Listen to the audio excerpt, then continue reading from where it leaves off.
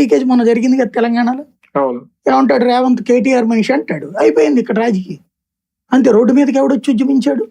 అంటే ఇక్కడ నైతిక బాధ్యత తీసుకోలేదు, ఇప్పుడు అక్కడ కేంద్రంలో తీసుకున్నారా? అదే అనేది. అంటే నేను అనేది వీళ్ళు ఎవరైనా సరే తొక్కిపడేస్తారు ముందే ఉద్యమాన్ని, అవును, లేదా దాన్ని రాజకీయంలోకి తీసుకెళ్లిపోతారు. కానీ బీజేపీ మాత్రం చాలా పెద్దరికంగా ఉద్యమాలని అణిచేయమని నేను చెప్పను, కానీ అతిగా ప్రోత్సహిస్తోంది. అదేంటి అంటే ఇప్పుడు షాహీన్ బాగ్ ఉద్యమం 100 రోజుల పైన జరిగింది, రైతుల ఉద్యమం ఏడాది దాటింది, అట్లాగే అప్పుడు గుజ్జర్ల ఉద్యమం దాదాపుగా 100 రోజుల పైన జరిగింది, పటేళ్ల ఉద్యమం జరిగింది. ఇట్లా ప్రతి ఉద్యమానికి 100 రోజులు, 200 రోజులు, 300 రోజులు. ఉద్యమం అంటే ఇదివరకు నిరసన అంటే ధర్నా రాస్తారో ఉండేది, ఇప్పుడు అట్ట కాదు.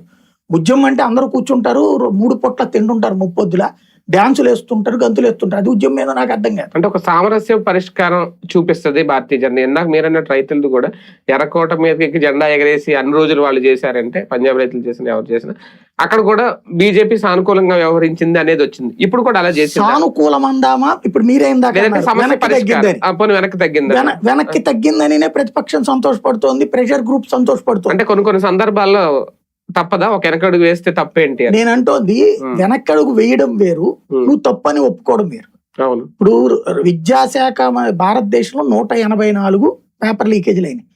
ఒక్కసారైనా విద్యాశాఖ